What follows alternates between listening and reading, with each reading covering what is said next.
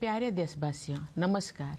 देश और विदेश में रहने वाले हम भारत के लोग उत्साह के साथ गणतंत्र दिवस का उत्सव मनाने जा रहे हैं। मैं आप सभी को गणतंत्र दिवस के राष्ट्रीय पर्व की हार्दिक बधाई देती हूँ।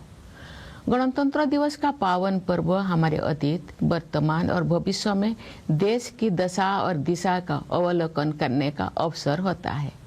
स्वाधीनता संग्राम के बल पर 15 अगस्त 1947 के दिन से हमारे देश की दशा बदली। भारत स्वाधीन हुआ। हम अपनी राष्ट्रीय नियति की निर्माता बने। 26 जनवरी 1950 के दिन से हम अपने गणतंत्र को संवैधानिक आदर्श के दिशा में आगे बढ़ा रहे हैं। उसी दिन हमने अपने संविधान को पूरी तरह से लागू किया। लोकतंत्र की जननी भारत भूमि उपनिवेश के विधि विधान से मुक्त हुई और हमारा लोकतंत्रात्मक गणराज्य अस्तित्व में आया। हमारा संविधान विश्व इतिहास में आज तक के सबसे बड़े गणराज्यों का आधार ग्रंथ है। हमारे संविधान में निहित न्याय, स्वतंत्रता, समता और बंधुत्व के आदर्श हमारे गणतंत्र को परिभाषित करते हैं। संविधान निर्माताओं ने राष्ट्रीयता की भावना तथा देश की एकता को संवैधानिक प्रावधानों का सुदृढ़ आधार प्रदान किया है। लौह पुरुष सरदार वल्लभ भाई पटेल ने हमारे राष्ट्र का एकीकरण किया। पिछले वर्ष 31 अक्टूबर को कृतज्ञ देशवासियों ने उत्साहपूर्वक उनकी 150वीं जयंती मनाई। उनकी 150वीं जयंती के पावन अवसर से जुड़े स्मरण उत्सव मनाए जा रहे हैं। ये उत्सव देशवासियों में राष्ट्रीय एकता तथा गौरव की भावना को मजबूत बनाते हैं। उत्तर से लेकर दक्षिण तक तथा पूर्व से लेकर पश्चिम तक हमारी प्राचीन सांस्कृतिक एकता का ताना बाना हमारे पूर्वजों ने बुना था। राष्ट्रीय एकता के स्वरूपों को जीवंत बनाए रखने का प्रत्येक प्रयास अत्यंत सराहनीय है। पिछले वर्ष 7 नवंबर से हमारे राष्ट्रीय गीत वंदे मातरम की रचना के 150 वर्ष संपन्न होने के उत्सव भी मनाया जा रहा है। भारत माता के दैवी स्वरूप की वंदना का ये गीत जन मन में राष्ट्र प्रेम का संचार करता है। राष्ट्रीयता के महाकवि सुब्रमण्य भारती ने तमिल भाषा में वंदे मातरम येनवम अर्थात हम वंदे मातरम बोले इस गीत की रचना करके वंदे मातरम की भावना को और भी व्यापक स्तर पर जनमानस के साथ जोड़ा। अन्य भारतीय भाषाओं में भी इस गीत के अनुवाद लोकप्रिय हुए। श्री अरविंदो ने वंदे मातरम का अंग्रेजी अनुवाद किया। ऋषितुल्य बंकिम चंद्र चट्टोपाध्याय द्वारा रचित वंदे मातरम हमारे राष्ट्र वंदना का स्वर है। आज से 2 दिन पहले यानी 23 जनवरी को देशवासियों ने नेताजी सुभाष चंद्र बोस की जयंती के दिन उन्हें सादर श्रद्धांजलि अर्पित की। वर्ष 2021 से नेताजी की जयंती को पराक्रम दिवस के रूप में मनाया जाता है ताकि देशवासी विशेषकर युवा उनकी अदम्य देशभक्ति से प्रेरणा प्राप्त करें। नेताजी सुभाष चंद्र बोस का नारा जय हिंद हमारे राष्ट्र गौरव का उद्घोष है। प्यारे देशवासियों, आप सब हमारे जीवंत गणतंत्र को शक्तिशाली बना रहे हैं। हमारी तीनों सेनाओं के बहादुर जवान मातृभूमि की रक्षा के लिए सदैव सतर्क रहते हैं। हमारे कर्तव्यनिष्ठ पुलिसकर्मी तथा केंद्रीय सशस्त्र पुलिस बलों के जवान देशवासियों की आंतरिक सुरक्षा के लिए तत्पर रहते हैं। हमारे अन्नदाता किसान देशवासियों के लिए पोषण सामग्री उत्पन्न करते हैं।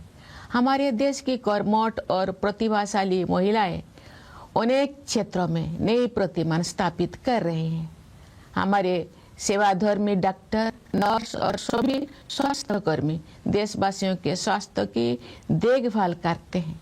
हमारे निष्ठावान सफाई मित्र देश को स्वच्छ रखने में प्रमुख भूमिका निभाते हैं। हमारे प्रबुद्ध शिक्षक भावी पीढ़ियों का निर्माण करते हैं।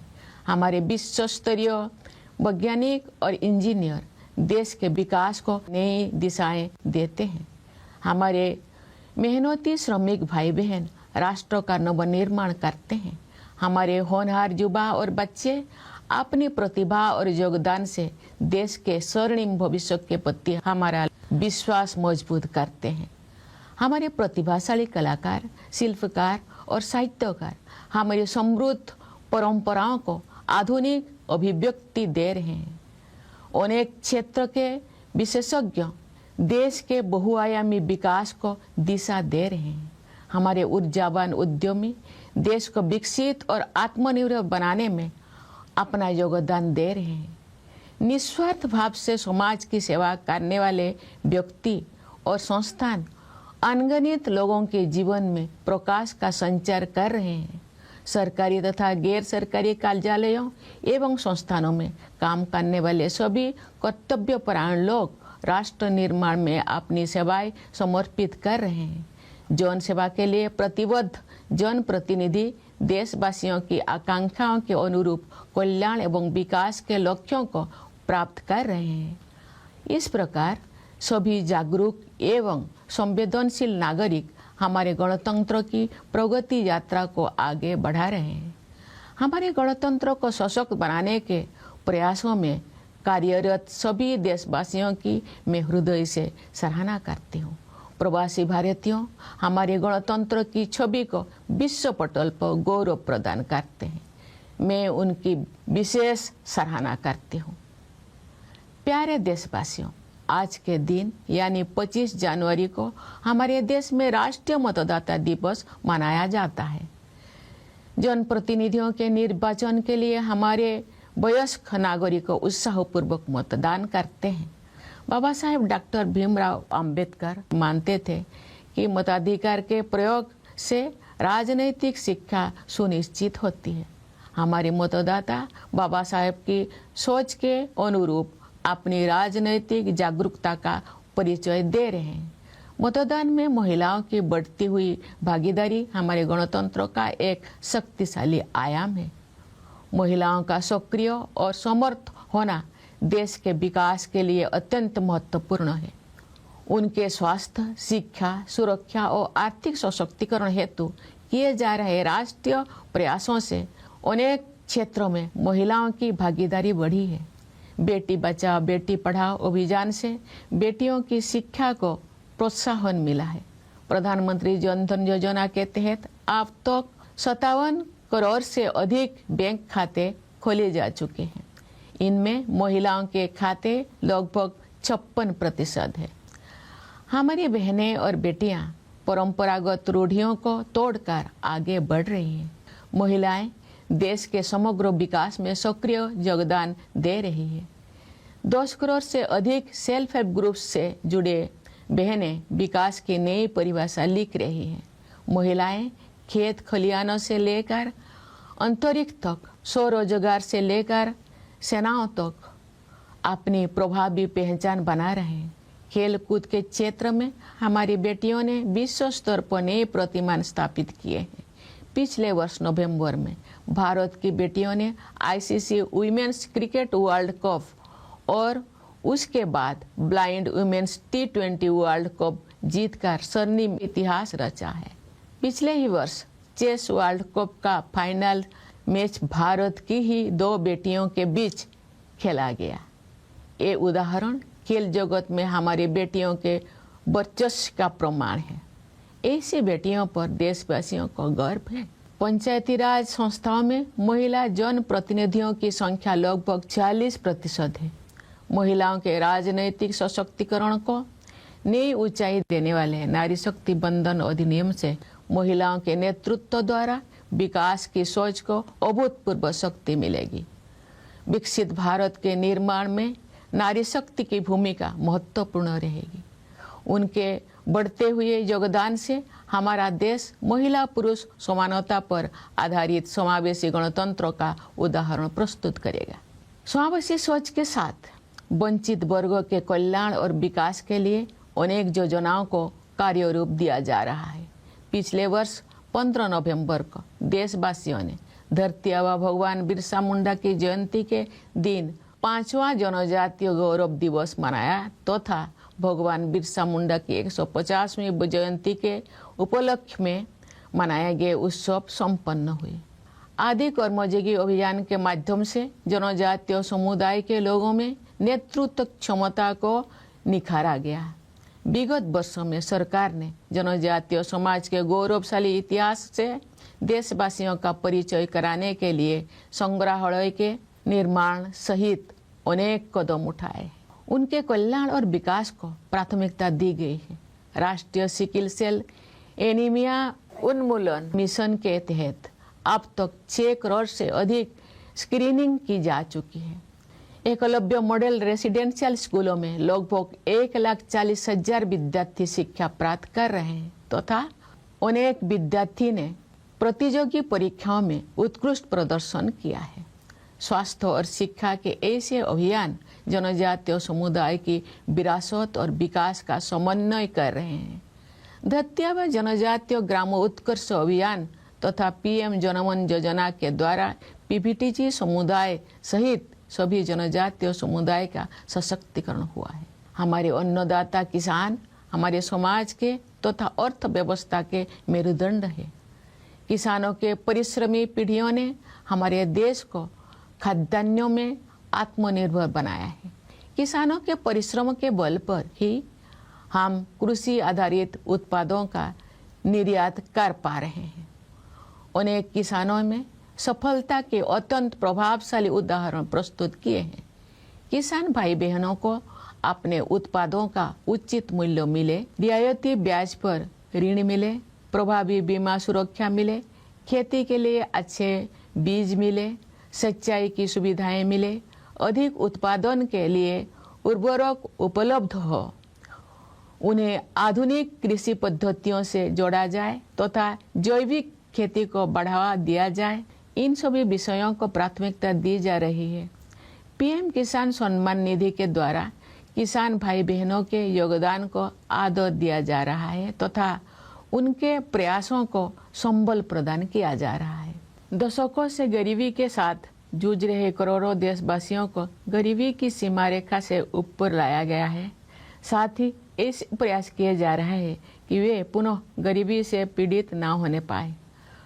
अंत्योदय की संवेदना को कार्य रूप देने वाले विश्व की सबसे बड़ी योजना पीएम गरीब कल्याण अन्न योजना इस सोच पर आधारित है कि 140 करोड़ से अधिक आबादी वाले हमारे देश में कोई भी भूखा ना रहे। इस योजना से लगभग 81 करोड़ लाभार्थियों को सहायता मिल रही है।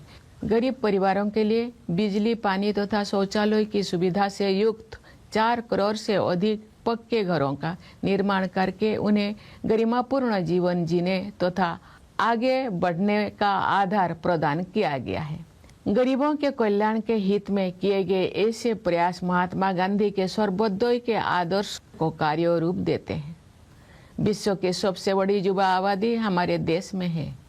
गर्व की बात है कि हमारे युवाओं में असीम प्रतिभा है।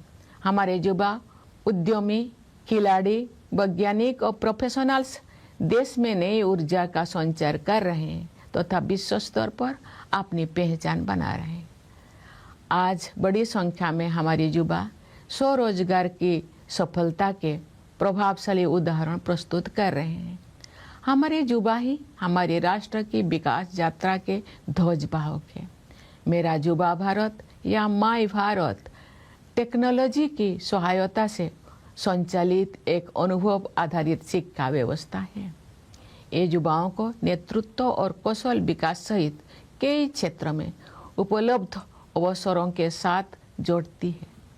हमारे देश में स्टार्टअप की प्रभावशाली सफलता का प्रमुख श्रेय हमारे युवा उद्यमियों को जाता है।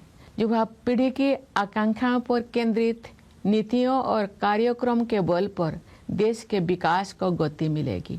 मुझे विश्वास है कि वर्ष 2047 तक विकसित भारत के निर्माण में युवा शक्ति की प्रमुख भूमिका रहेगी। प्यारे देशवासियों, भारत विश्व की सबसे तेज गति से बढ़ने वाली बड़ी अर्थव्यवस्था है। विश्व पटल पर अनिश्चितता के बावजूद भारत में निरंतर आर्थिक विकास हो रहा है। हम निकट भविष्य में विश्व की तीसरी सबसे बड़ी अर्थव्यवस्था बनने के लक्ष्य को प्राप्त करने के दिशा में आगे बढ़ रहे हैं। विश्व स्तरीय इंफ्रास्ट्रक्चर के निर्माण में निवेश करके हम अपने आर्थिक संरचना का उच्च स्तर पर पुनर्निर्माण कर रहे हैं। आर्थिक नियति के निर्माण की यात्रा में आत्मनिर्भरता और स्वदेशी हमारे मूल मंत्र हैं। स्वाधीनता के बाद देश के आर्थिक एकीकरण के लिए सबसे महत्वपूर्ण निर्णय जीएसटी को लागू करने से वन नेशन वन मार्केट की व्यवस्था स्थापित हुई है। जीएसटी व्यवस्था को और अधिक प्रभावी बनाने के हाल ही के निर्णय से हमारी अर्थव्यवस्था को और अधिक शक्ति मिलेगी। श्रम सुधार के क्षेत्र में 4 लेबर कोड्स जारी किए गए हैं।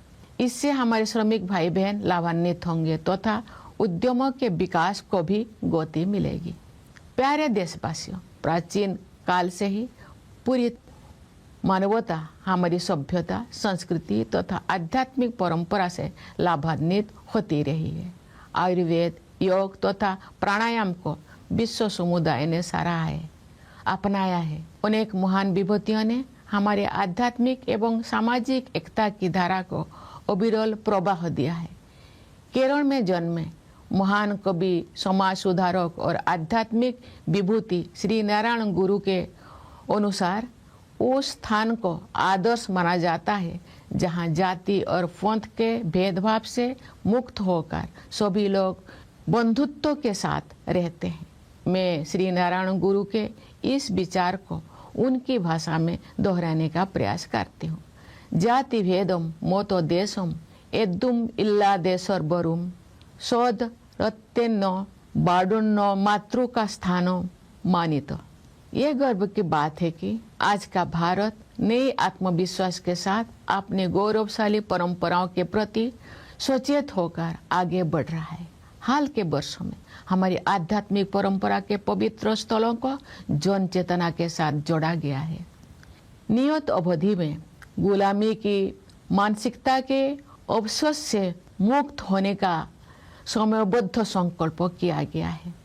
भारतीय ज्ञान परंपरा में दर्शन, चिकित्सा, खगोल विज्ञान, गणित, साहित्य तथा कला की महान विरासत उपलब्ध है।